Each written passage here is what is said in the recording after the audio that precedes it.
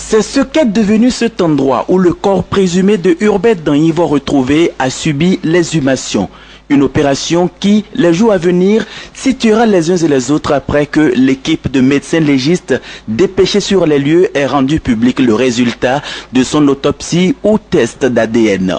Pour l'heure, le corps déjà en état de décomposition, révélé par la voirie après son travail, est loin de convaincre sur l'identité du recherché. Déjà avec le corps, vous pouvez dire il a des indices qui prouvent que c'est vraiment c'est votre frère. Non, pas vraiment. On ne peut pas. Bon, moi je ne l'ai pas reconnu puisque je n'ai pas été voir. Même sentiment du côté des syndicalistes qui se sont très vite éclipsés car déçus à leur dire d'avoir découvert un corps qui n'édifie en rien sur l'identité de Hubert Danyivon. Présent sur le terrain, le ministre de la Justice estime que l'étape de l'enquête ayant conduit à l'exhumation dont il a été témoin est une avancée notable dans les recherches. Je voudrais dire aux uns et aux autres que Danyivon est porté disparu. La dernière personne avec laquelle il a parlé se trouve être la personne chez qui nous sommes aujourd'hui. Et il me semble important d'écouter ce que cette personne a déposé de façon constante depuis hier, à savoir qu'il est le meurtrier de Danyivon.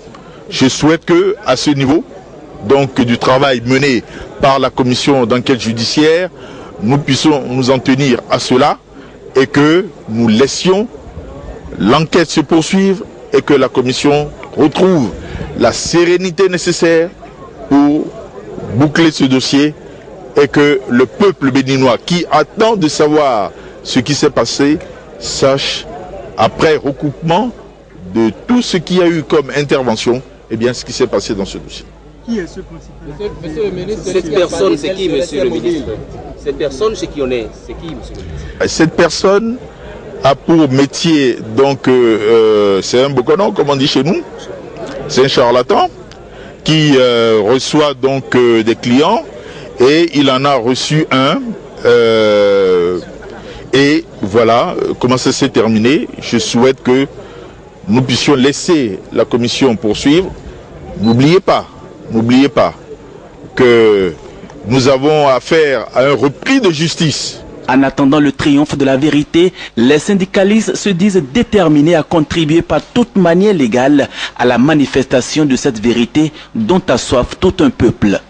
Déjà, l'appel à une mobilisation générale est projeté par les syndicalistes dans les prochaines heures.